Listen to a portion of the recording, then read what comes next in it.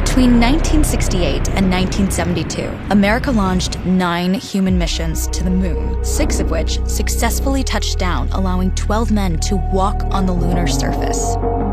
NASA's next chapter of lunar exploration, called Artemis, has the task of not just going to the moon to create a long-term human presence on and around it, but also to prepare for ever more complex human missions to Mars. In short, everything we must be able to do here, we must first do here. So, what will an Artemis mission look like? Everything is designed and tested with our most important element in mind, the astronauts. This is their deep space, human-rated spacecraft called Orion, built in 3 parts. The crew module, where up to 4 astronauts will live and work throughout the flight. The service module, with life support systems for the crew and its own engine and fuel reserves. And a launch abort system, with engines capable of pulling the crew module to safety during launch should anything go wrong. To accomplish the task of launching our crew and heavy payloads, NASA is building the Space Launch System, comprising of a cargo hold, an exploration upper stage, a massive core stage, and 2 extended solid rocket boosters. Altogether, this is the world's most powerful rocket, and it exceeds the legendary Saturn V of the Apollo era in numerous ways. Sitting on the launch pad, the entire rocket, fully fueled, weighs just over 6 million pounds, 5.2 million of which is just the fuel. Once ignited, there is no stopping what comes next. All 4 RS-25 engines and the 2 solid rocket boosters come to life, thundering our crew upwards. 2 minutes after ignition, the solid rocket boosters are spent and released. 8 minutes after launch, the core stage is depleted and separated. The upper stage fires briefly, placing Orion into a parking orbit around the Earth. Here, the crew reconfigure the spacecraft and check systems to confirm everything is ready for deep space travel. With a go from mission control, the crew reignite the exploration upper stage engines to leave Earth entirely. The exact timing of this maneuver is critical to reach a speed that can escape Earth's gravitational pull, but also put Orion on a course that will intersect the moon days later. Once this burn is complete, the upper stage of the SLS is jettisoned and the crew aboard Orion coast for several days toward all that awaits them at the moon.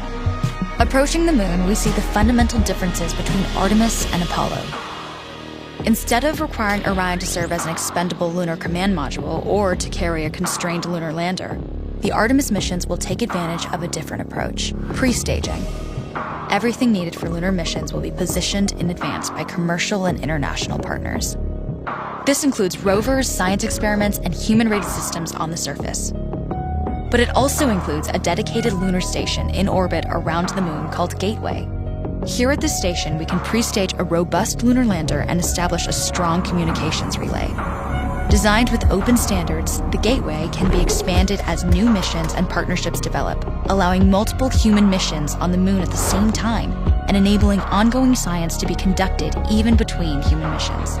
The Gateway is also capable of adjusting its orbit to allow access to every part of the moon, something the Apollo missions could not do. But the real key in this approach is placing Gateway in a unique halo orbit to perfect the maneuvers needed for Mars missions.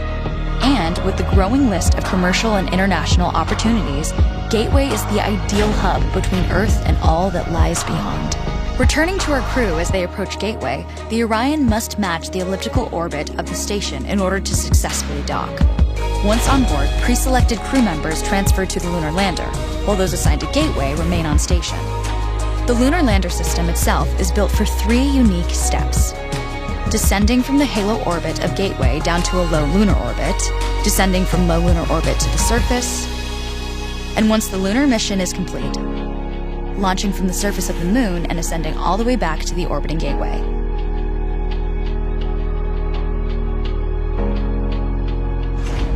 Once back aboard the Orion spacecraft and undocked from Gateway, the crew fire their engine once to break out of the halo orbit, and once again to sling the spacecraft around the moon, placing it on a multi-day trajectory back towards Earth. As they near the end of this journey, the service module is released, and the crew module is oriented heat shield first. Entering Earth's atmosphere at 25,000 miles per hour, the friction of air slows Orion considerably, while also subjecting it to temperatures of 5,000 degrees.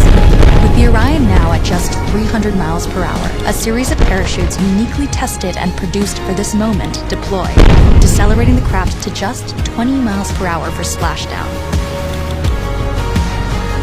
With each successful mission, Artemis ushers in the next wave of men and women to explore our moon and prove that together we are ready to go beyond.